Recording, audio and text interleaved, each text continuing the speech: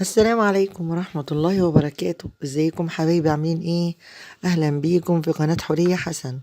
النهاردة ان شاء الله هنعمل مع بعض صينية السمك بالزيت والليمون في الفرن. يلا بينا هنشوف المقادير ونشوف الحاجات اللي جبناها مع بعض من السوق النهاردة.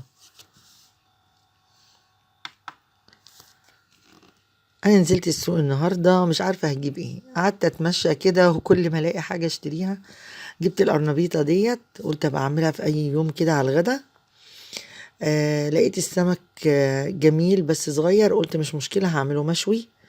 انا بحب السمك البلطي لما يكون مش كبير قوي وهو في الشوي. اولا بيستوي بسرعة، ما يحتاجش ان انتي تغيبي عليه عشان اللحم بتاعه يكون مستوي. تاني حاجة بيبقى جميل بيتأزأز كده. ده ماكريل اللي جبته برضو هعمله صينية اهي، لقيته جميل وطازة. هعمله صينية بالزيت والليمون لاني مش كل ولادي بياكلوا البلطي مشوي. لقيت الفراولة تحفة وجميلة وطازة كأنها لسه مجموعة من الشجرة حالا. جبت دول هنعملهم إن شاء الله مع بعض مربى. جبت طماطم وخيار عشان السلطة. الحاجة الحمد لله انتوا عارفين في الشتاء ما شاء الله الخضار بيبقى حلو. جبت ليمون وجبت فلفل ألوان وخيار عشان السلطة وعشان كمان أحط على السمك. وجبت بقى شوية حاجات من العلاف كده، لوبيا وترمس وحمص الشام وحاجات كده، ورز وشعرية عشان الواحد يقعد يومين 3 ما ينزلش. وادي الخضرة لقيتها جميلة، ما عارفين الخضرة ما شاء الله بتبقى جميلة جدا في الشتاء. جبت عشان احط على السلطة. القرنبيط برضو بيحتاج. وهنبدأ بقى مع بعض كده نسمي الله ونشوف هنعمل ايه. انا قلت النهاردة طبعا السمك انا ما بحبش احطه في التلاجة ولا في الفريزر. السمك بجيبه طازة، والفراخ واللحمة برضو بجيبهم طازة. ده لفت بقى لقيته صغنون خالص، الراجل عامله بالحزمة كده. جبت حزمتين كده، قلت هخليلهم، نفسي اخليله صحيح اجربه زي البصل كده. واما تيجي تستعمليه تقطعيه عشان بيتأخر شوية ما بيستويش بسرعة. انا عندي مقطع، قلت عقبال ما يخلص يكون ده استوى. بس دي بقى المشتريات اللي جبتها النهاردة، وهنبدأ ان شاء الله النهاردة بالسمك. هنبدأ كده بسم الله وننضفه. طبعا عارفين الماكريل ما شاء الله ما فيهوش قشر من بره ولا حاجه زي البولتي، يعني يا دوب تقصقصي الزعانف وتشيلي الراس وتنضفي البطن من جوه. هو ما بيبقاش يعني محتاج تنظيف جامد قوي زي البولتي، عشان البولتي طبعا فيه زعانف اكتر والقشر بيتقشر وكده. انا بقصقص الزعانف كلها وانضف من جوه واشيل الراس. انا هنضف واحده واحده كده وهغسلها طبعا تحت الميه الجاريه في الحنفيه. وبعد كده هنقعهم شويه بحبه ميه عليهم معلقه خل. وهكمل كده كل بقيه السمك ونرجع مع بعض نشوف هنعمل ايه.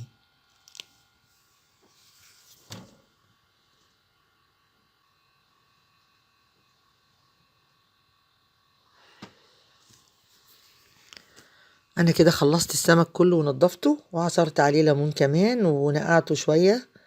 انا طبعا عشان ما اطولش عليكم الفيديو نقعته بشويه ميه وشويه خل وعصرت عليه ليمون، وبقى زي الفل. نضفت كل البولتي والماكريل اهو. بعصر عليه الليمون كده واسيب القشر معاه عقبال شويه كده ما اجي احشيه. بيكون بقى ما بقوش فيه ريحه الزفاره خالص. انا كده عملت الخلطه. طبعا عارفين الخلطه كلنا، توم على فلفل اخضر على قرن فلفل احمر وشويه طبعا كمون، شويه كزبره ناشفه وليمون كتير كتير. وبحشي بقى السمك من جوه. مقطعه خضار طبعا، فلفل الوان على طماطم على عودين كزبره. وكل ده بحشي بقى بطن السمك اللي هحشيه، اللي هو الصغير اللي هشويه. بحشيه كله كده بالخلطة. طبعا الخلطة حط عليها معلقة برضو من الثوم والملح والليمون. بحشيه بالطماطم والفلفل الألوان وبشرة نص جزراية. ده بقى اللي هعمله الصينية. ادي الملح والثوم اهو، وده بقطع له خضار حلقات هحطه في الصينية من تحت.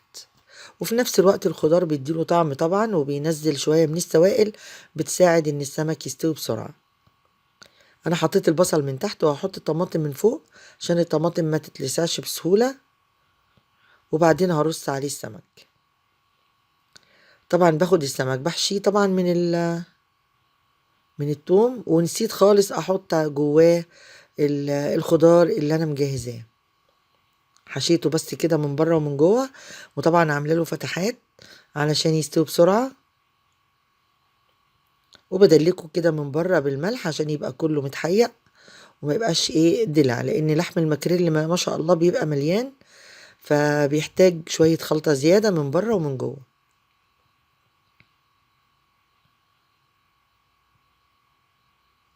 انا بعمل فيه الشقين الصغيرين دول، وبحط جواهم كده الملح والثوم والليمون، وهرصهم في الصينيه كده خلف خلاف علشان الصينيه يعني صغنونه.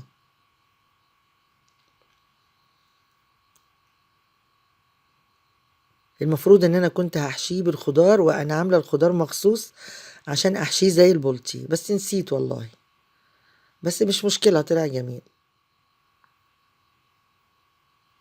انا هحط عليه خضار من على الوش هيعوض الموضوع يعني.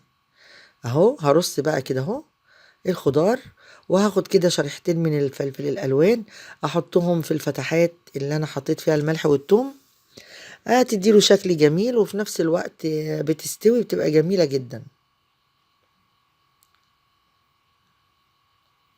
اهو بقطعه كده بس عليه عشان يبقى على قد الفتحه. كمان ده ما بيستوي ما بيخليش الفتحة ايه من النار توسع واللحم يبعد عن بعضه ويبقى شكل السمكة مش حلو، ده بيخلي الفتحة مضمومة زي ما هي. بس كده شكله جميل اهوت، وما شاء الله يفتح النفس. بس كده هحط بقى شوية الخضار اللي فاضلين دول كده على الصينية من فوق. على فكرة ده اما تشوى مع السمك كان في منتهى الجمال، الطماطم والفلفل والبصل كانت حلوة جدا وهي مشوية مع السمك. انا طبعا كده ولعت الفرن، مش ما ينفعش تدخليه على فرن باردة، انا ولعت الفرن تسخن علشان يدخل على فرن سخن ما ينزلش المية بتاعته ويبقى السمك ناشف.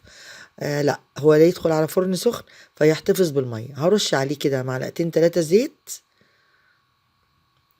وهعصر الليمون طبعا. الصينية اصلا اسمها سمك زيت وليمون، حتى اما بنطلبه من عند بتاع السمك بنقول له كده سمك زيت وليمون. وعصوري بقى ليمون، ما تستخسريش الليمون، ليمونتين 3 كده حلوين كبار واعصريهم، والزيت بيديله لمعة جميلة. وبص حاطين شريحتين كده بس، ما كترتش عشان الليمون ابو قشر ده ما يخلوش يمرر. شايفين شكلها في منتهى الجمال. هندخلها بقى الفرن ونرجع لبعض. اهي ما شاء الله استوت، شايفين شكله في منتهى الجمال، واللحم من جوه كان ابيض وزي الزبدة.